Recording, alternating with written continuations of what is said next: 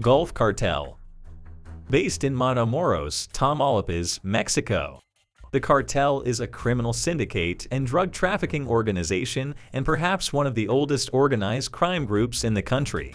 Their network is international and is believed to have dealings with crime groups in Europe, West Africa, Asia, Central America, South America, and the United States.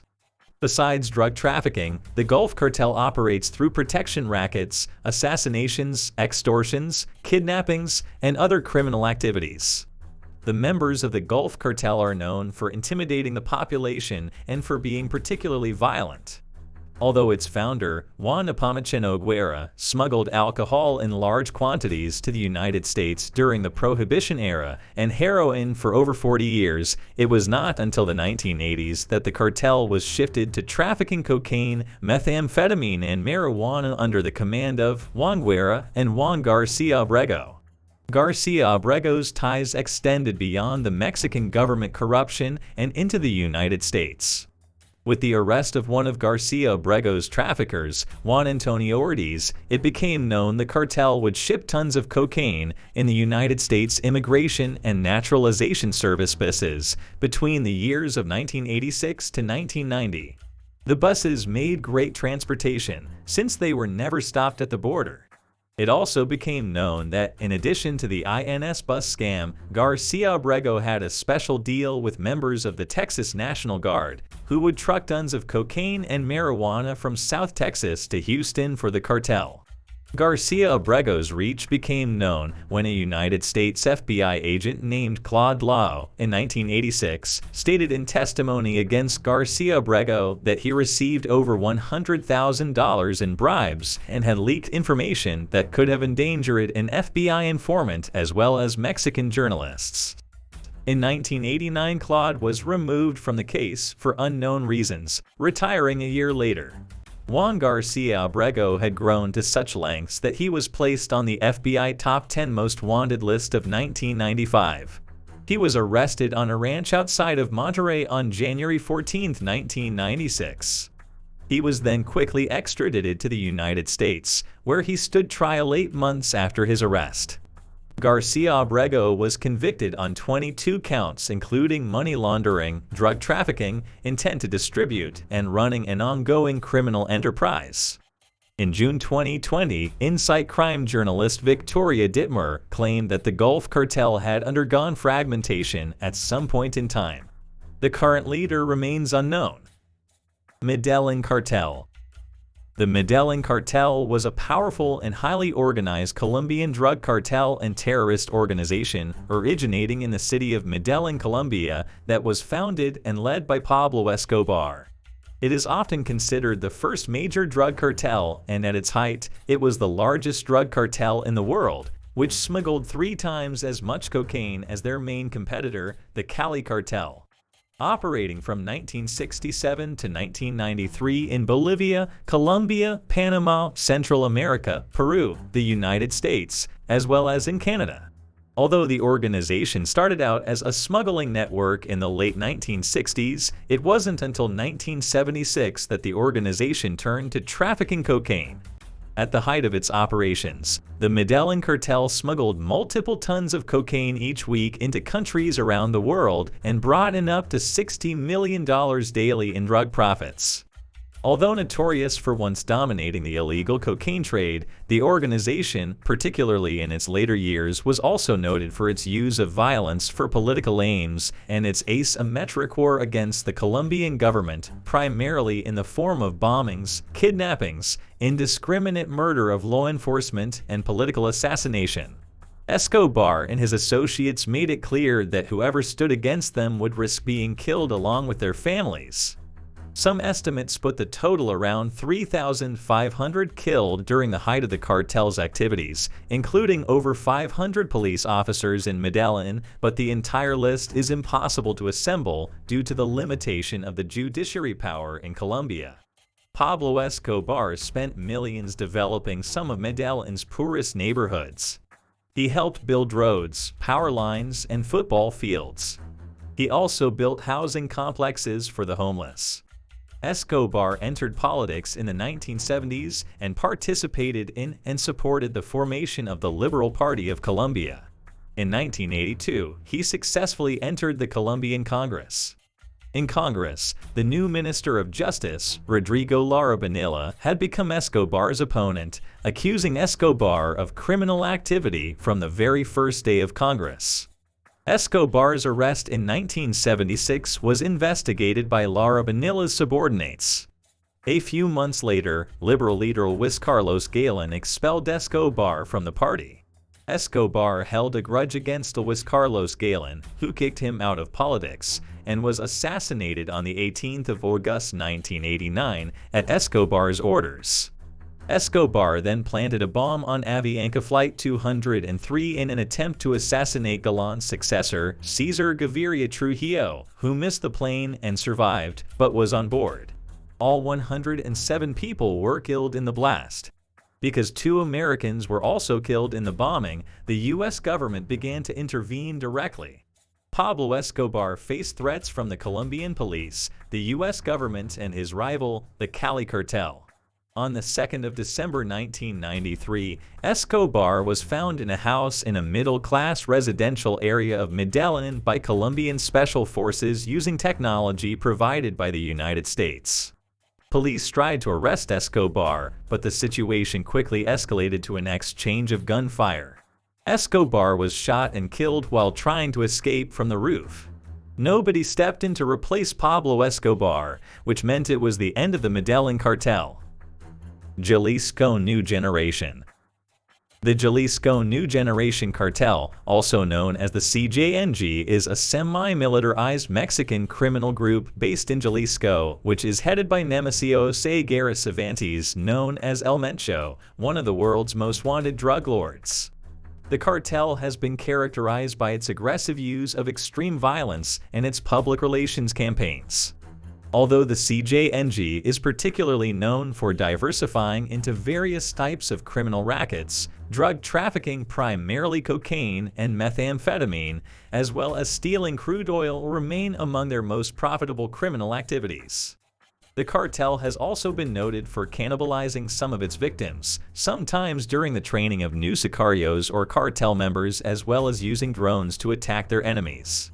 U.S. prosecutors have said operatives of the cartel tried to buy belt-fed M60 machine guns in the United States and once brought down a Mexican military helicopter with a rocket-propelled grenade. As of 2020, the CJNG is generally considered by the Mexican government to be the most dangerous criminal organization in Mexico. The cartel is heavily militarized and violent compared to other criminal organizations. They have a special operations group and other groups for specific types of warfare. The cartel is the most dominant criminal group in the state of Jalisco, but it also dominates criminal and drug operations in the states of Nayarit and Colima, with the latter being an important area for shipments of South American cocaine and chemical precursors from Asia. In spring 2011, the CJNG declared war on all other Mexican cartels and stated its intention to take control of the city of Guadalajara. However, by midsummer, the group appeared to have been reunited with its former partners in the Sinaloa Cartel. On the 20th of September 2011, 2 trucks containing 35 dead bodies were found at an underpass near a shopping mall in Boca del Rio, Veracruz. All of the corpses were alleged to be members of Los Zetas, but it was later proven that only 6 of them had been involved in minor crime incidents, and none of them were involved with organized crime. Some of the victims had their hands tied and showed signs of having been tortured. At around 5 p.m., an undetermined number of vehicles blocked a major avenue in Boca del Rio. Once the traffic stopped, armed men abandoned 2 trucks in the middle of the highway.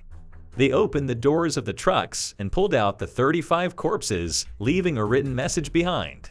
Other gunmen pointed their weapons at the frightened drivers. The gunmen then fled the scene. Consequently, the stunned motorists began to grab their cell phones and post messages on Twitter warning other drivers to avoid the area. The message left behind stated the following: "No more extortions, no more killings of innocent people. Zetas in the state of Veracruz and politicians helping them.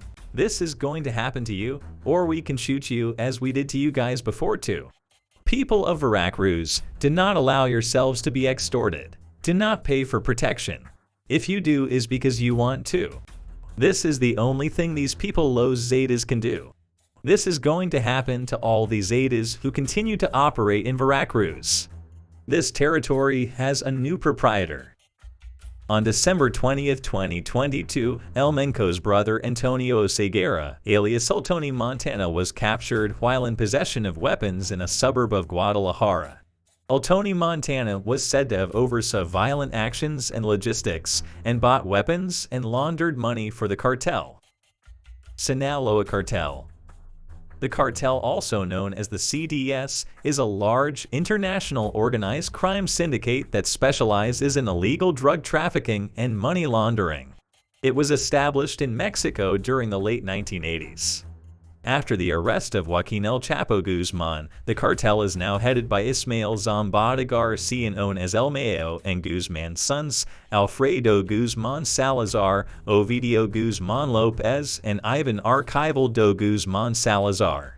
Various sources allege that internal conflicts for the cartel's leadership had broken out between the Guzman and Zambada factions of the organization. However, newer sources as of November 2022 have claimed that these two sides of the cartel have recently reconciled their differences and are planning to work together to take on the Jalisco Cartel. The cartel has a notable presence in a number of other regions in Latin America, such as Colombia, as well as in cities across the U.S. The United States intelligence community generally considers the Sinaloa Cartel to be the largest and most powerful drug trafficking organization in the world, making it perhaps even more influential and powerful than the infamous Medellin Cartel of Colombia was during its prime.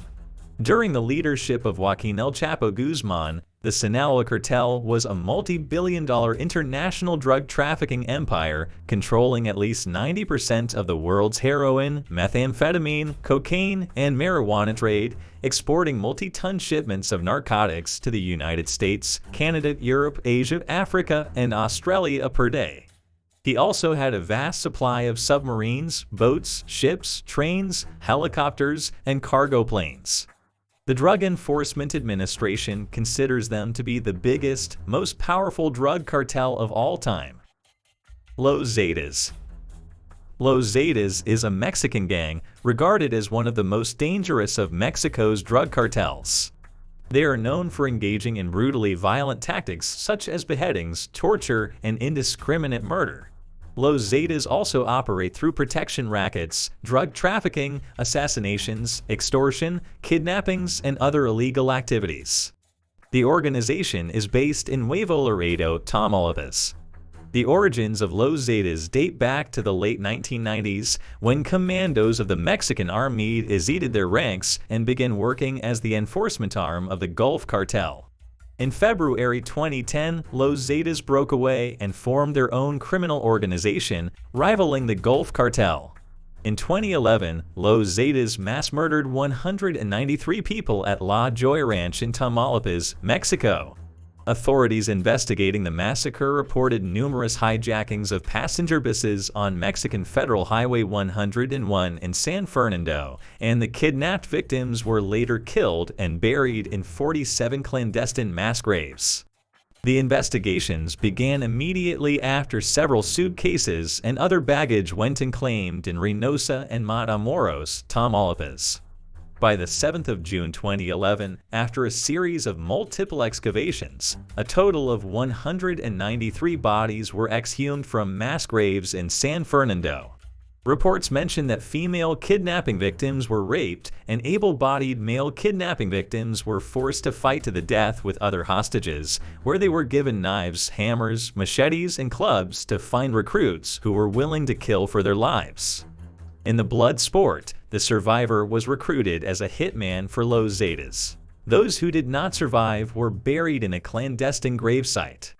By 2011, only 10 of the original 34 Zetas remained fugitives, and to this day most of them have either been killed or captured by the Mexican law enforcement and military forces.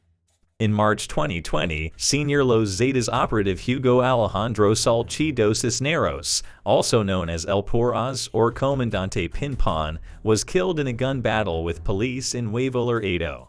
Salcido Cisneros was the leader of the Tropa del Infierno, a group of hitmen under the direction of the Cartel del Norris CDN fraction of Los Zetas.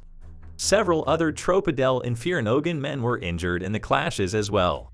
In May 2020, Moises Escamilla, a leader of the old school Zetas, died in prison after contracting COVID-19. Thank you for watching. If you've enjoyed the video, please don't forget to subscribe, leave a thumbs up, and keep an eye out for new videos, which are uploaded on every Friday.